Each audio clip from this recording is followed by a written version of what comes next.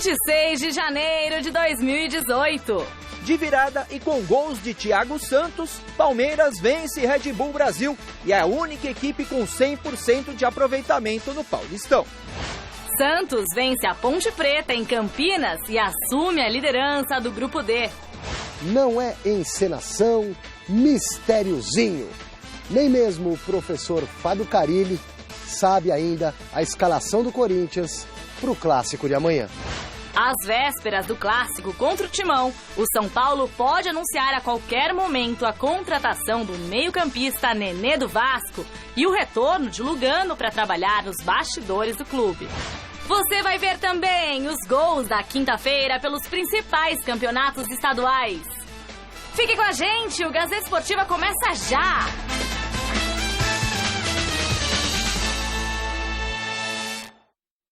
Olá, boa noite! O Gazeta Esportiva começa falando do Palmeiras, que venceu o Red Bull Brasil de virada com 2 gols do volante Thiago Martins e pênalti defendido pelo goleiro Jailson. Veja como foi o jogo na reportagem de Adriano Dolfi.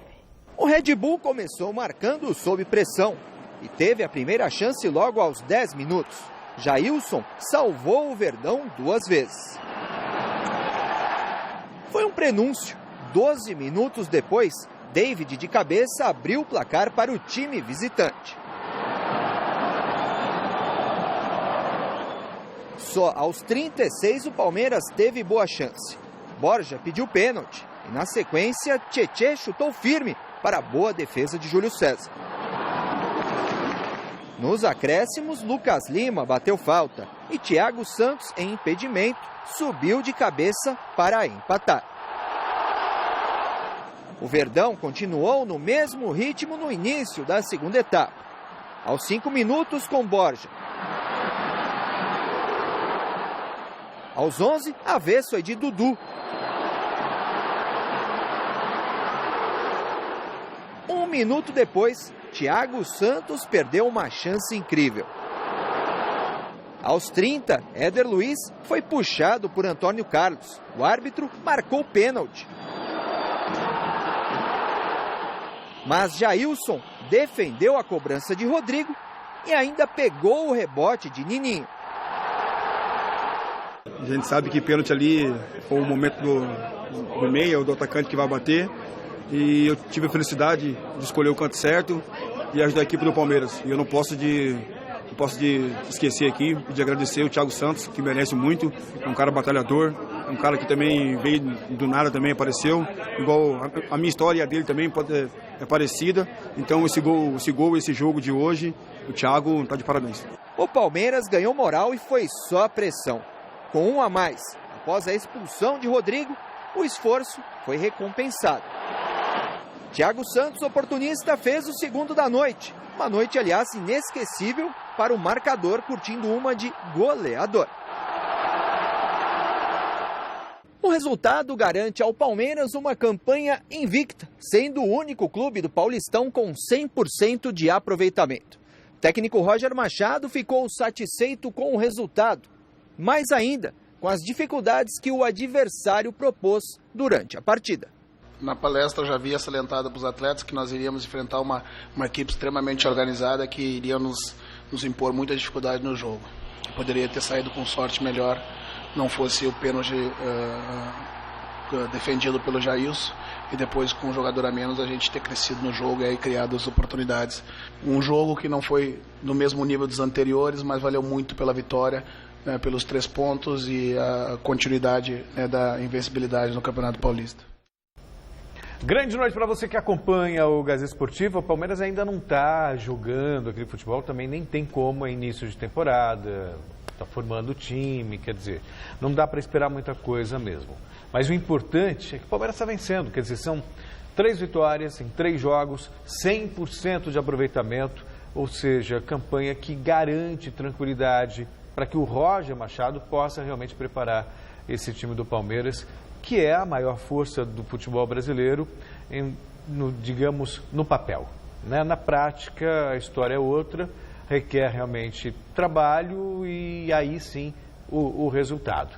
Mas o começo, indiscutivelmente, é excelente, Chico. 100% de aproveitamento é para poucos. Tanto que é o único no Campeonato Paulista que tem aí vitórias em todos os jogos. Bom, boa noite, Celso, boa noite, Paulinha, boa noite a todos vocês. Sem dúvida nenhuma, você tem razão, a sua análise é correta. Agora, a gente tem que se focalizar mais nesse jogo, né? Se a gente for analisar todos os clubes que estão em começo de trabalho, é evidente que o seu raciocínio a respeito do Palmeiras vale para todos os outros clubes, né? Evidentemente que sim. Mas esse jogo aí é um jogo importante, porque o gol do Palmeiras, o primeiro gol, foi impedido. O gol estava em completo impedimento, o cara estava 1 metro na frente, né? O Thiago Santos estava 1 metro na frente. Né? Esse gol foi um gol muito bonito, aliás, você vê que indefensável, né? O Jailson muito bem colocado, não conseguiu interceptar a bola. E esse gol aí, ó, o cara está 1 metro na frente na hora que há o cruzamento que vem da direita. Então devia ser anulado esse gol. Aí esse gol não foi anulado. Muito bem. Qual foi o resultado? Um pênalti imbecil marcado, que não tinha nada que marcar esse pênalti. Ainda bem que o cara não marcou, não fez o gol. Mas, evidentemente, é o mesmo bandeirinha. Então, ele quis compensar o erro que ele fez de ter, né, dado um gol impedido para o Palmeiras. Então, ele deu um pênalti para o adversário. Esse gol foi um gol limpo do Thiago Santos e, evidentemente, o jogo seguiu. Mas nós tivemos a famosa lei da compensação. O Antônio Carlos puxou a camisa do jogador? Puxou. Mas ele não acabou sendo um lance de jogo. É uma puxadinha na camisa que não poderia ser marcado pênalti nunca. Mas quem marcou foi o Bandeirinha, o mesmo Bandeirinha que deu. Olha, o cara continuou a jogada, se atirou, foi artista. E foi um pênalti. O Jailson foi lá, pegou. E o cara que bateu o pênalti foi expulso, o tal do Rodrigo. Então, quer dizer, já devia ter sido expulso quando perdeu o pênalti, né? Que pênalti dentro do Parque Antártico. 1-1 o jogo difícil. Né? Um gol dado, Palmeiras irregular. Aí acontece um pênalti para compensar, aí você separa o time grande do time pequeno. Porque quando acontece para um time grande isso, o cara vai lá e marca o pênalti. Sim. E aí às vezes, já vi muitas vezes isso, o Celso também, qualquer um que faz esporte, você também, Paulinha, que às vezes a vitória sai de um gol irregular.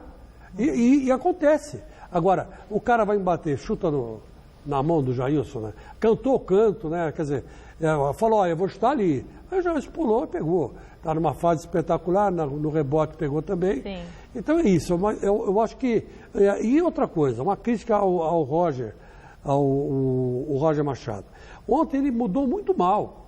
Ele fez substituições erradas no segundo tempo, né? Ele colocou o William Bigode, não precisava do William Bigode, né?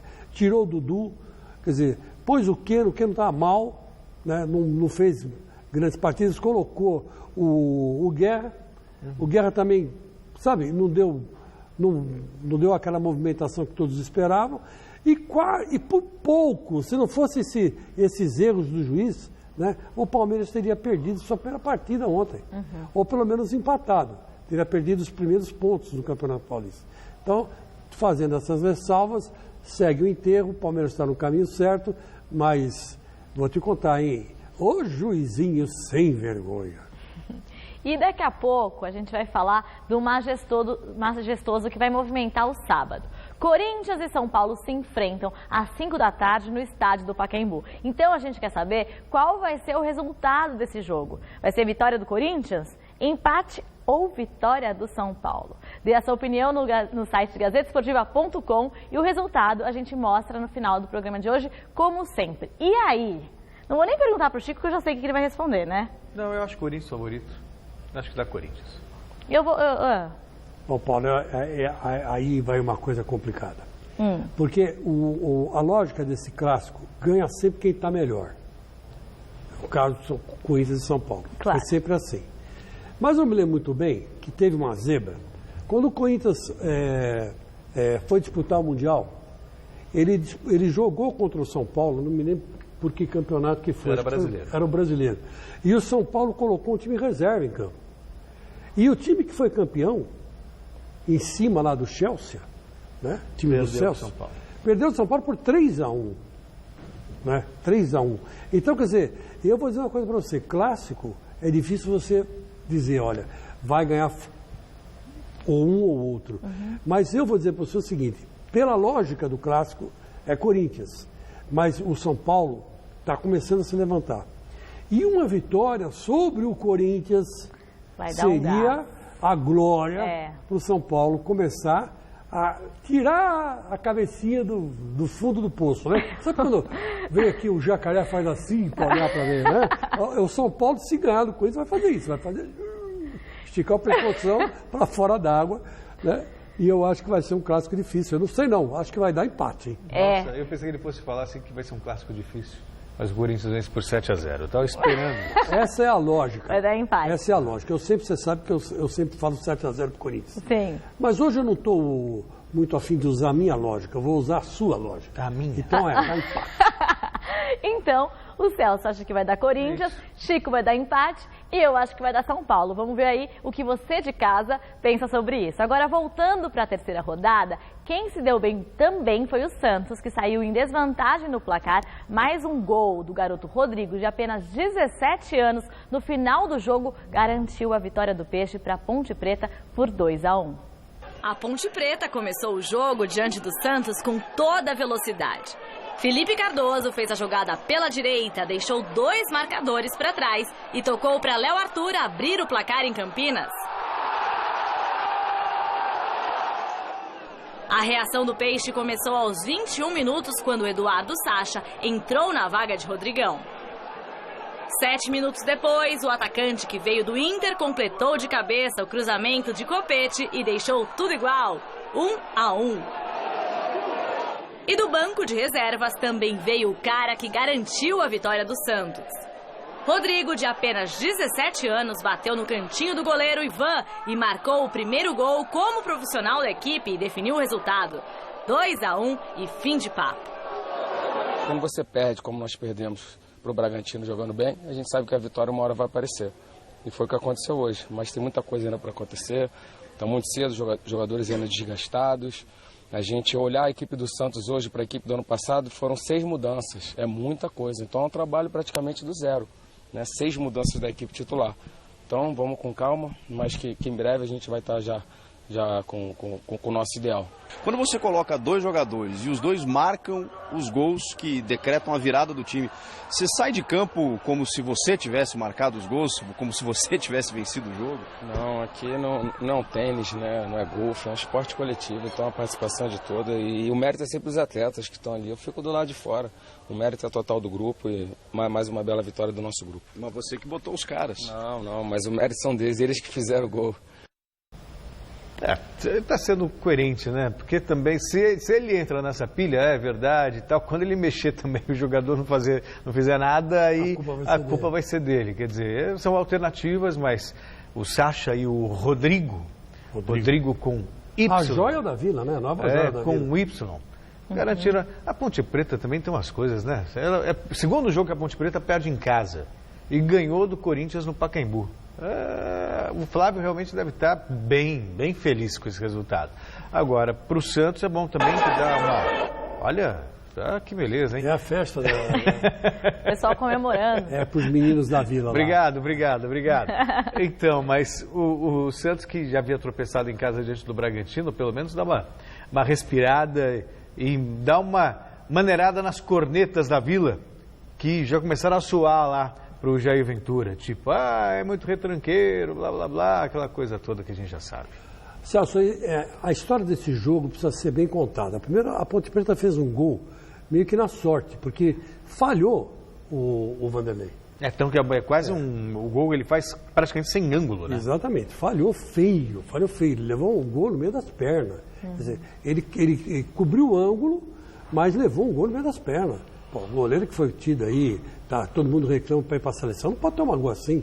Ele, sabe, aquele negócio, fecha as pernas, coração, né? Como se diria antigamente. Agora, no segundo tempo, o senhor Jair Ventura mostrou-se um treinador tático demais e fugindo a todas aquelas escolas que a gente tem visto nos últimos tempos, de treinador retrancado, seguindo a cartilha dos gaúchos, né?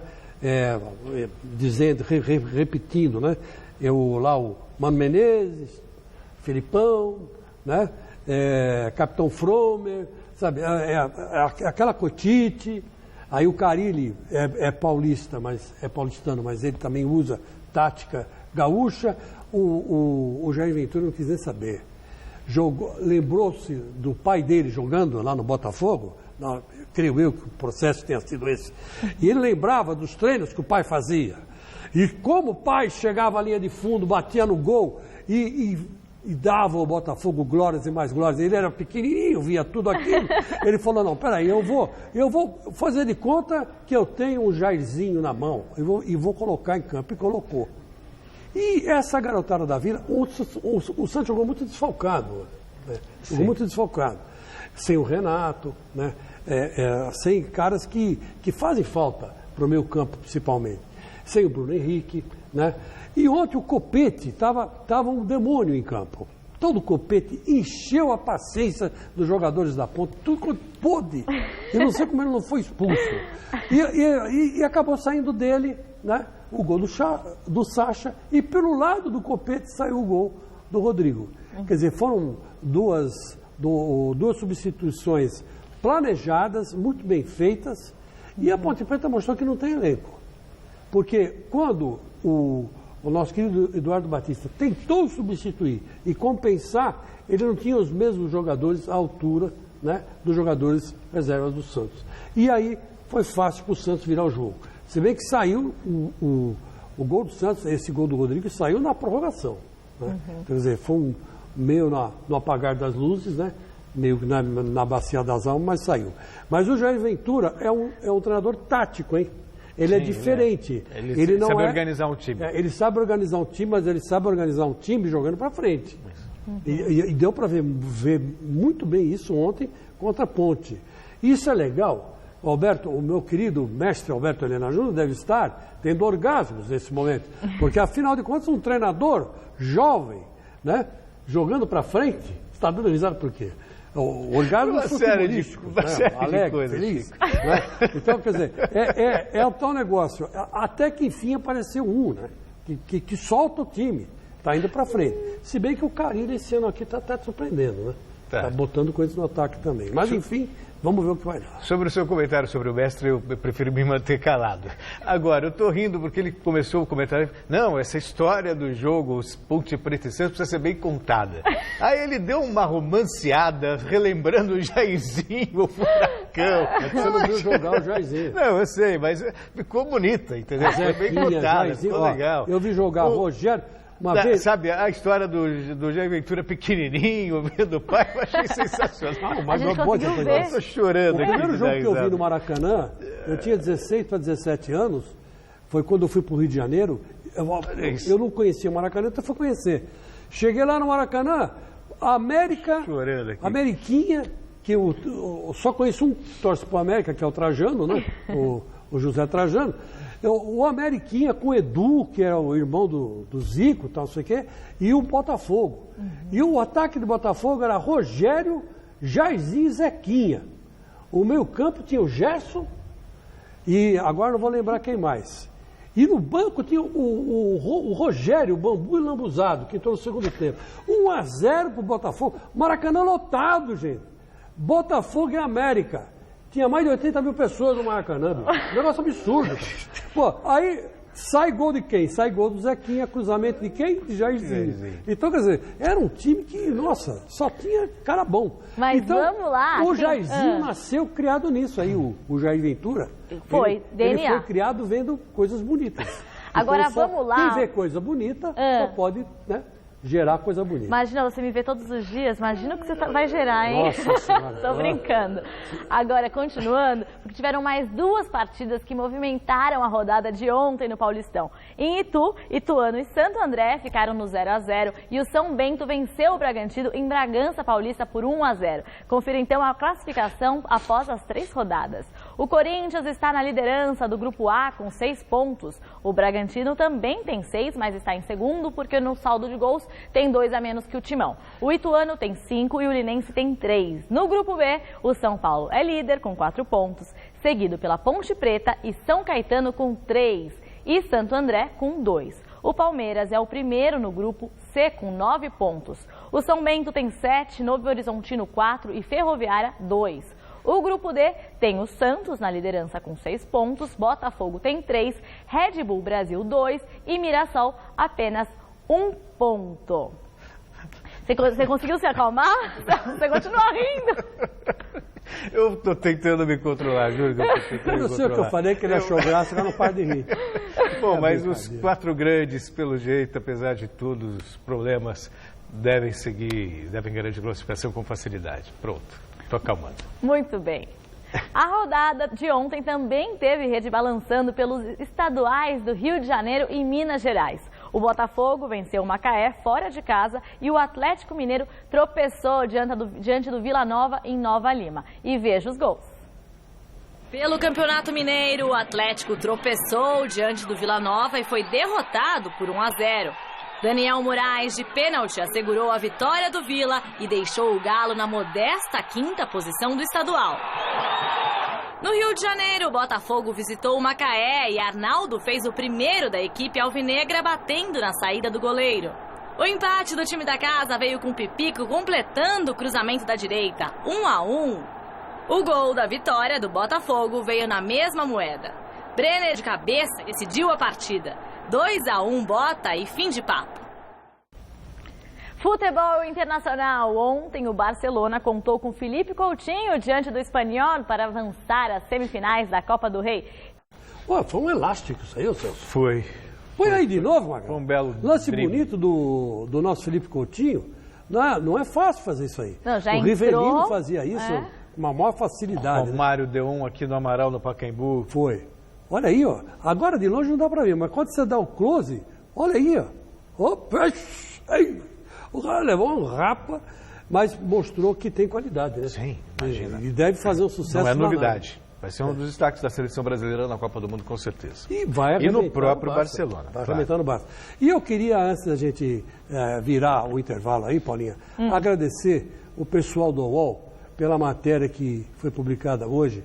Eles estiveram aqui, fizeram uma longa entrevista comigo e foi um negócio muito bacana, muito legal. Ficou muito legal. Eu li, bacana. assisti. Foi muito. Eu me senti, vamos dizer assim, homenageado, né?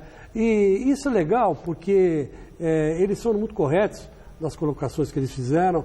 Eu contei várias histórias, algumas engraçadas. O Celso estava rindo lá na redação. Eu conheço muitas dessas histórias. Conheço outras, para mim, eram novidades. Outras eram novidades. E foi uma coisa muito legal, muito bacana. Eu me senti muito agradecido. Então, eu quero mandar um abraço para o Bruno Freitas, para o Felipe Pereira, os 2 repórteres que estiveram aqui e tiveram o saco de ficar me ouvindo 3 horas falando isso. E o Vinícius Andrade, que fez as imagens, né? Vieram com cinegrafista e tudo. Olha, me desculpe o editor. Juro porque na sexta-feira eu falo o nome do editor, que a UOL agora lança, né? Matéria. Sim. E vem também o VT, você falando a respeito.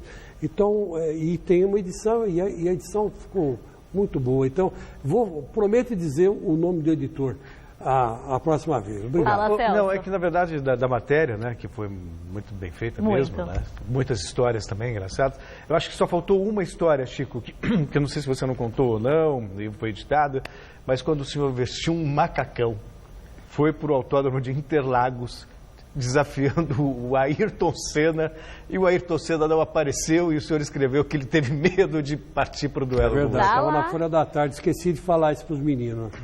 Foi assim. Evidentemente que eu nem sempre tive esse físico, né? Era mais magrinho naquela época. E aí eu desafiei o Ayrton Senna. Vem, Senna, vem. Só que marquei e tal. Eu falei, bom, ele vai aparecer. E aí eu quero ver, né, o que vai acontecer. Vestiu macacão de piloto e tudo? Vestiu macacão de piloto, matéria na Folha da Tarde, lá em 1985, 86, e foi muito legal. Só que eu não tive coragem de andar naquele carro, não. Nossa Senhora! Era carro de Fórmula Ford. E eu vou te contar, Celso, aquele voa, cara. Aquele voa. Eu entrei, para entrar no cockpit já foi um Deus nos acuda. Mas você teve coragem, mas falou que o Senna ficou com medo de te enfrentar, aí eu fiz lá um mise-en-scène, né? E o caramba tal, né? Mas eu vou dizer uma coisa para você, não é fácil. O cara tem que ter coragem para entrar naqueles carrinhos lá e mandar bala. E tem que ter coragem para muita coisa que você fala nessa matéria, que eu li e vale a pena dar uma conferida. Olá, estamos de volta e agora vamos falar de basquete. Liga de Basquete Feminino. Neste domingo, 2 jogos movimentam a rodada da competição. Então confira. Às 3 da tarde, ao vivo, com transmissão da TV Gazeta, Blumenau fará estreia na Liga. O adversário será o time de Presidente Venceslau. Um pouco mais tarde, às 5, duelo de invictos entre Veracruz Campinas e Santo André.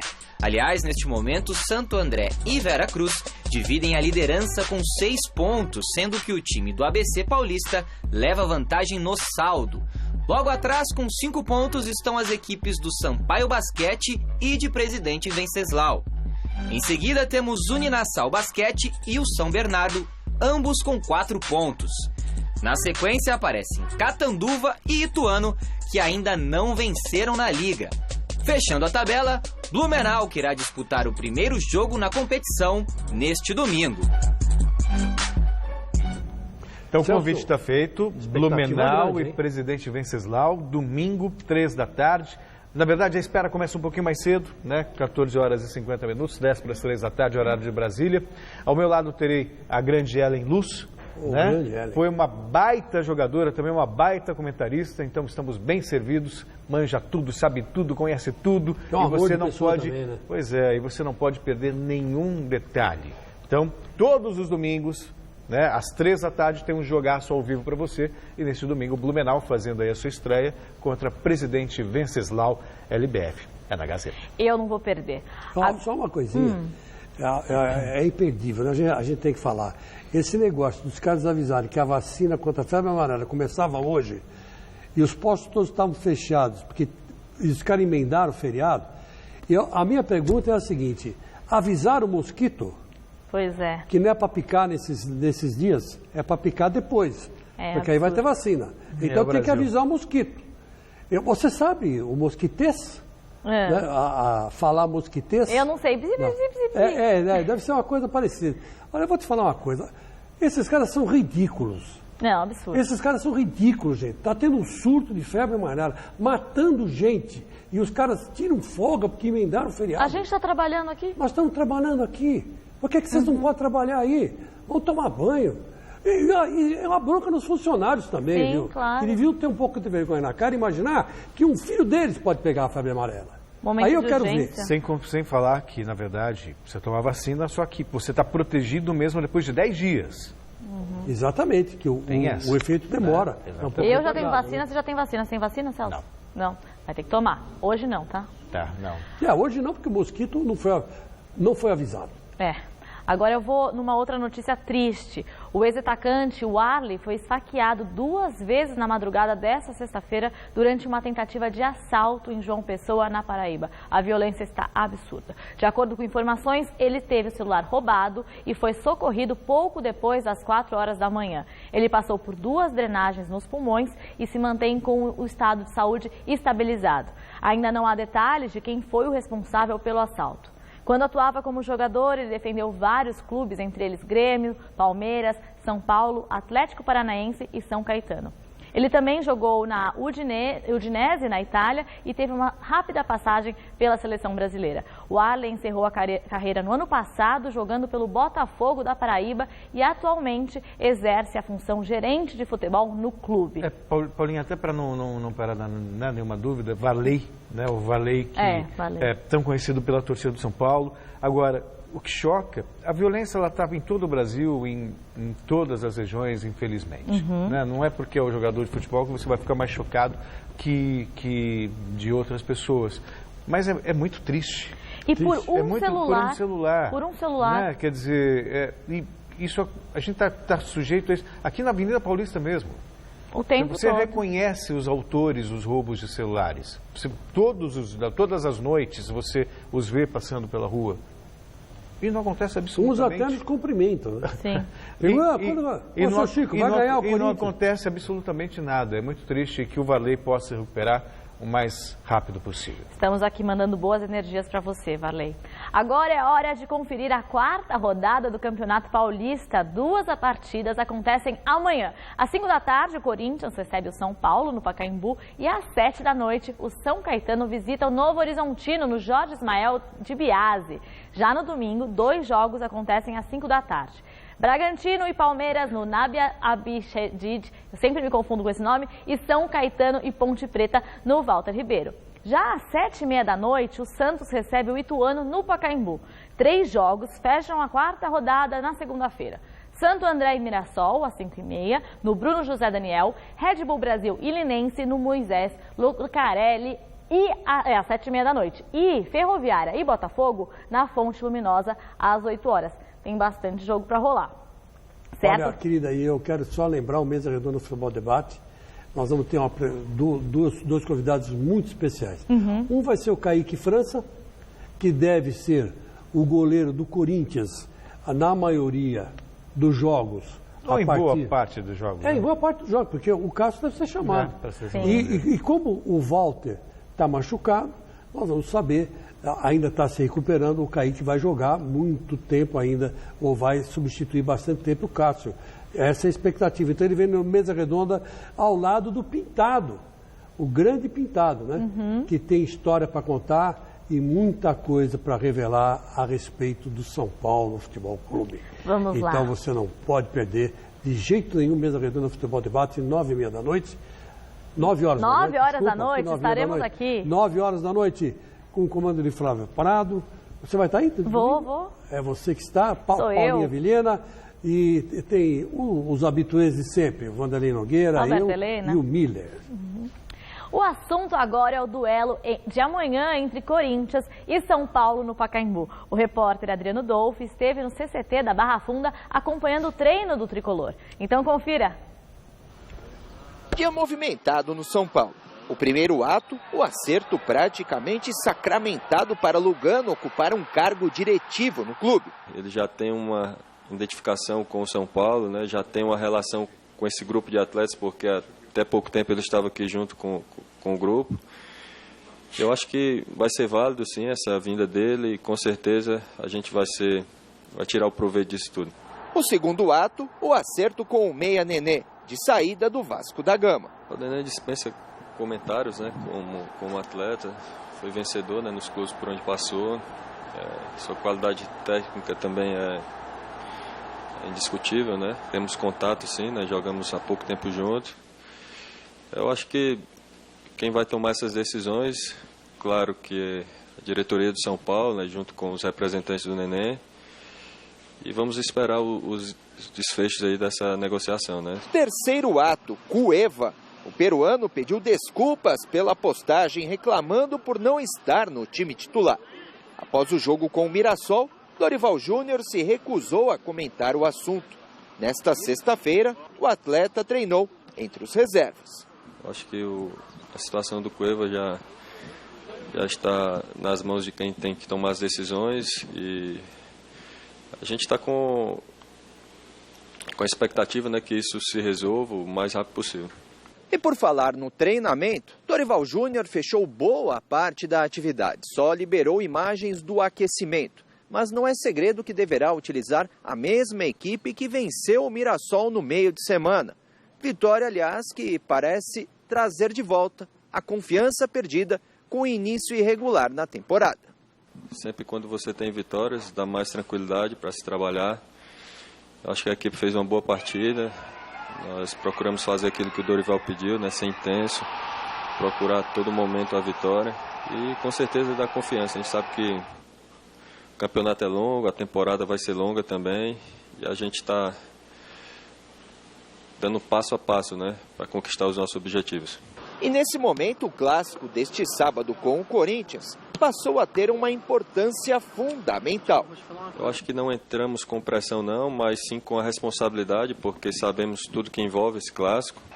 Eu acho que vai ser um grande jogo, né? As duas equipes vêm de vitórias. Eu acho que quem se empenhar melhor, quem tiver mais concentrado vai ter o resultado positivo. E a gente espera que a gente faça um grande jogo como fizemos contra o Mirassol. Vai ser interessante. Corinthians e São Paulo sempre é interessante, né, Chico? Pela rivalidade, por tudo. A gente está comentando primeiramente sobre o São Paulo. São Paulo tem uma boa notícia, né? O acerto com o Neném. O Neném não. Nenê do Vasco. E assinou por 2 temporadas, acho que é um bom reforço. Por elenco, o São Paulo tem um jogador com essa qualidade. É o meia que estava faltando. Exatamente, vai se encaixar muito bem, né? O Cueva segue aí sem jogar, ou sem fazer parte do time titular. E o Lugano, para os bastidores, não sei o que muda muita coisa, né? Mas do ponto de vista de time do Dorival, é um time em formação. Por isso que eu considero o Corinthians favorito. Mas claro, São Paulo tem condições de vencer o jogo sim. De repente realiza aquela partida que tanto se espera, está numa tarde feliz, jogo às 5 horas da tarde, o clássico no sábado. É bom a gente destacar. É bom destacar. E é gozar, todos os clássicos estão sendo marcados no sábado, né? Vai ver que é para os times faturarem no pay-per-view. Pode ser também. Mas enfim, eu marcaria para domingo, né? Sim. E puxaria o jogo do Palmeiras. Clássico tem cara de domingo. Mas tudo bem, paciência. Vamos nessa. Agora, o São Paulo, evidentemente, que vai jogar, porque sabe que não pode perder. Sim. Né? Então, a preocupação primeira do Dorival, eu acho, vai ser defensiva. Fechar o time. Vai dar uma fechadinha no time. Porque ele sabe que o Corinthians é muito mais organizado, é um time mais experimentado, né? Então, ele deve organizar bem o time. Mas o São Paulo tem mostrado que tem encontrado caminhos, né, para chegar ao gol. Aos poucos, o São Paulo vai encontrando uma cara ofensiva, né? Coisa que não teve, ou teve no começo do ano passado, depois perdeu, aí recuperou no final, né, com o Hernandes, porque o Hernandes não é centroavante, mas agora está voltando. O Diego Souza já fez o dele, né, e mostra a presença diária, né? E mostra a presença diária. E ele também tem a capacidade de voltar, né, para armar o jogo. Então, quer dizer que é uma opção para o Dorival Júnior, que está numa forma espetacular, hein? Você viu? Matou a bola aí no peito, tocou, foi para frente. Agora, só uma crítica. Eu não tenho nada com isso. O Lugano, meu filho Lugano, você está há 200 anos no Brasil e não aprendeu a falar português, cara. É brincadeira. Como é que você vai gerenciar um time de futebol falando um portunhol que acho que nem a senhora, sua mãe, entende o que você fala? É um negócio complicado, parece o Carlito Teves falando, né? O Corinthians, tá legal, né? Então, quer dizer, é uma coisa incrível. Como é que o cara está tanto tempo aqui e não sabe falar português? O Balbuena, paraguaio, o Romero, paraguaio, já falam bem, né? E o Lugano não sabe. Como é que ele vai ser gerente de futebol? Porque agora ele não vai ter que jogar, ele vai ter que falar. Ele pode até não falar português, mas jogar bem. Mas faz entender, Chico. Sei lá, o Lugano, presta atenção, né, meu? Não precisa nem entrar em escola, presta atenção. E nesta tarde, o Corinthians anunciou o acerto com o zagueiro Henrique. O atleta rescindiu um contrato com o Fluminense e fechou com o Timão até dezembro de 2019. Pela manhã, o técnico Fábio Carilli comandou o último treino visando o majestoso deste sábado. Veja na reportagem de Alexandre Silvestre. Olha aí o zagueiro Henrique dando finalmente o ar da graça no campo para todo mundo ver. Ontem saiu a rescisão dele com o Flu. Jogar pelo Timão é uma outra conversa. Na apresentação segunda-feira a gente começa a fazer uma programação, uma semana inteira para ele trabalhar, podendo já aparecer na convocação do próximo domingo, ou se não, contra o Santo André na outra sexta, a certeza dele já está integrado nos jogos. Já o atacante Emerson Sheik está mais próximo da estreia, ou reestreia. O próximo jogo ele já estará relacionado lá em Novo Horizonte. Mas antes do Novo Horizontino, o Coringão encara o clássico contra o Tricolor. É amanhã, no Pacaembu. Espero um São Paulo mais esperando no campo deles, jogando com velocidade pelos lados, jogando em cima do nosso erro. O Corinthians apresenta um punhado de incertezas para o majestoso. Dá para cravar uns 4 titulares. Cássio, Jadson, Rodriguinho, Cleison. Carilli, Fagner é dúvida? Sim, Fagner é dúvida, tá? É um dos jogadores que chegaram reclamando. Para falar a verdade, os 5 jogadores de trás, inclusive o Gabriel, tá? Com a mesma reclamação, as mesmas dores. Então, por isso que a gente vai ter um cuidado mesmo. É claro que não vão ficar os 5 fora. Acredito que até amanhã tem muito tempo para recuperar. A gente tem um departamento aqui que analisa bem isso. Mas esses 5 jogadores aí e mais o Júnior Dutra, tá? Entra também nessa questão. Não é encenação, mistériozinho, nem mesmo o professor Fábio Carilli sabe a escalação do Corinthians para o clássico de amanhã contra o São Paulo. Se o jogo fosse domingo, com certeza amanhã eu estaria aqui falando o time é esse que vai jogar. Não tenho problema quanto a isso. Mas amanhã cedo aí a gente tem a definição da equipe. Carilli não parece ser um homem de meias palavras e explica o atual dilema. Não tem time ainda, não tenho problema em relação a falar equipe ou não, mas alguns jogadores chegaram hoje com bastante dor muscular, dos que jogaram na quarta. 48 horas do jogo só vai dar à noite, né? Então o grupo já está sabendo do meu pensamento, do que eu quero. Mas amanhã o grupo saberá quem vai jogar pela manhã quando acordar, que a gente fazer uma avaliação melhor. Uma das dúvidas está no comando de ataque. O jovem Carlinhos, prata da casa, ainda não convenceu o professor. Casim e Júnior Dutra brigam pela posição. E tudo irá depender da saúde, do coração de um time de futebol. A definição do 9 vai ser pela questão física também, que se o Júnior Dutra acordar amanhã falando que está com dor, que ainda não se recuperou, não tem como colocar ele em campo para iniciar. Se eu mudar uma peça do meio, depende de como vai ser esse jogador da frente também. Então, assim, tem que ser um casamento, uma engrenagem funcionar. Então, muitas vezes, com uma forma de meio de campo, eu preciso de um cara que tenha mais retenção. Conforme a montagem do meio de campo, eu preciso de um cara da frente que tenha mais profundidade, que é o caso do Júnior.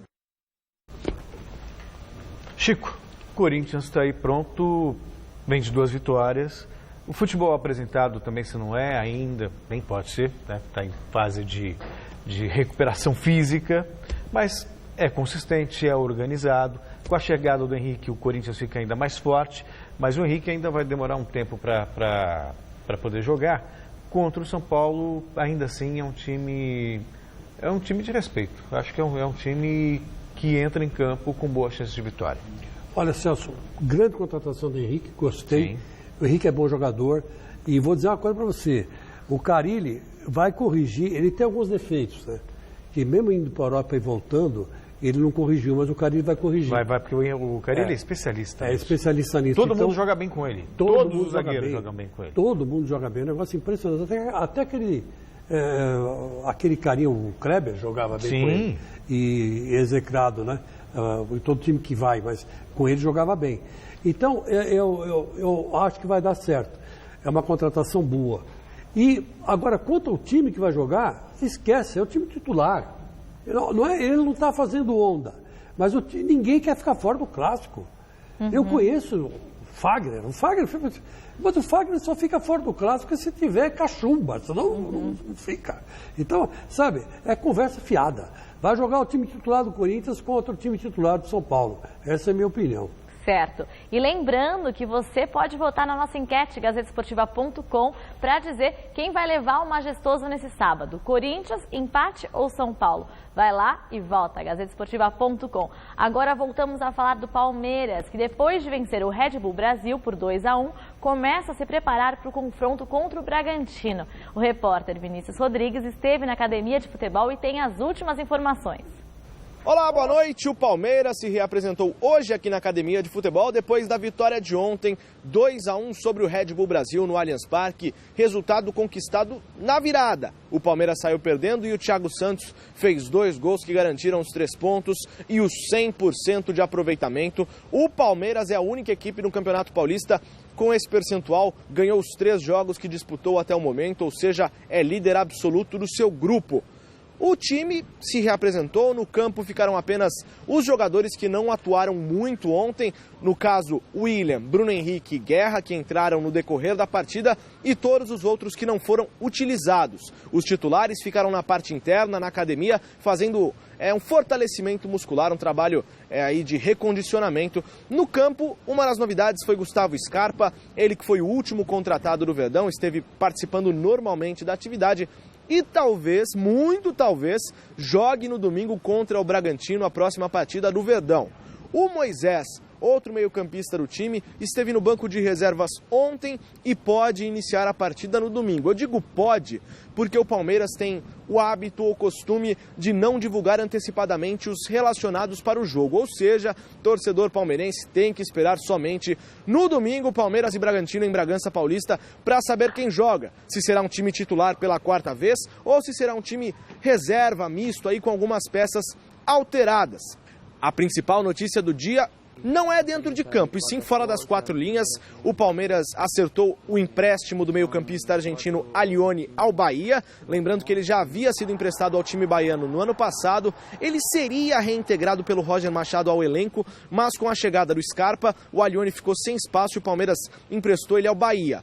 Nessa negociação, o time alviverde, numa cláusula, tem a preferência de compra do Zé Rafael, meio-campista que foi destaque do Bahia no ano passado. O Zé Rafael, portanto, tem uma cláusula de preferência do Palmeiras. Eu vou simplificar, vou explicar como funciona. Por exemplo, o Corinthians, o São Paulo, o Santos chegam no Zé Rafael e oferecem 10 milhões pelo Zé Rafael. Se o Palmeiras igualar essa proposta de 10 milhões, o Palmeiras leva o jogador, ou seja, tem a prioridade na compra, mais ou menos como o Barcelona tinha a prioridade na compra do Mina, zagueiro palmeirense que foi para o time espanhol. Essas as informações do Palmeiras hoje, que enfrenta o Bragantino domingo em Bragança Paulista. Eu sou Vini Rodrigues para o Gazeta Esportiva. Obrigada, Vini. E no Santos, o técnico Jair Ventura corre contra o tempo para preparar a equipe que venceu ontem a Ponte Preta em Campinas e no domingo vai enfrentar o Ituano no Pacaembu. O repórter Jonas Campos tem as informações do Peixe. Fala pessoal, o Santos se reapresentou nesta sexta-feira após uma vitória suada ontem diante da Ponte Preta, 2-1 de virada no Moisés Lucarelli, com gols marcados por 2 jogadores que saíram do banco de reservas, o atacante Eduardo Sacha marcando pela primeira vez com a camisa do Santos e o jovem Rodrigo, garoto bastante promissor aqui na Baixada Santista, jogador que é considerado uma joia aqui no Santos e que foi muito elogiado pelo meia Emiliano Vecchio, convocado para a entrevista coletiva desta sexta-feira. O Rodrigo, eu já falei, ele é um menino especial, não só porque por lo que ele joga, sino por lo que ele é fora do campo. Um menino muito maduro por a idade que ele tem, muito educado e que trabalha muito bem, muito bem. Bom, ontem ajudou muito o time, fez o gol da vitória. Confiamos nele como confiamos também em todos os outros meninos. Vecchio falou também sobre o retorno de Gabigol, jogador que foi confirmado durante esta semana como mais um reforço para o Santos, empréstimo até o fim do ano e que será apresentado na próxima segunda-feira na Vila Belmiro, meio-dia. Um cara ganador, um cara que trabalha muito forte. E para nós é um reforço muito importante. Também sabemos que nosso jogo esse ano se vai basar mais no coletivo que no individual. E ele, além de todas as capacidades que ele tem, tenho certeza que ele vai trabalhar coletivamente com nós e vai ajudar muito. O Santos, que já tem 2 vitórias no Campeonato Paulista e lidera o Grupo D, volta a campo neste domingo contra o Ituano, 7h30 da noite, no estádio do Pacaembu. Para essa partida, o técnico Jair Ventura tem um desfalque certo, o atacante Bruno Henrique, que ainda segue se recuperando de um trauma no olho direito. Do CT Rei Pelé, Jonas Campos para o Gazeta Esportiva. Obrigada, Jonas. Agora é hora da gente saber o resultado da nossa enquete. E aí, a pergunta dessa sexta era: quem vai levar o majestoso? A galera respondeu que vai dar São Paulo, com 39% dos votos. Mas ontem peraí. Mas ontem não deu Corinthians com 89%? 90% ontem deu Corinthians, mas hoje deu Corinthians 19%. Mas era quem ia ganhar o clássico. E o empate 42%, São Paulo 39%. Ou seja, São Paulo vai ganhar. Não, empate ganhou, 42% empate. Empate ganhou. Empate. Foi o que eu falei. Com o Chico, né? Com o Chico. Muito obrigada. Valeu. Até domingo, Chico. Até domingo. Um beijão e bom final de semana. Fiquem com o jornal.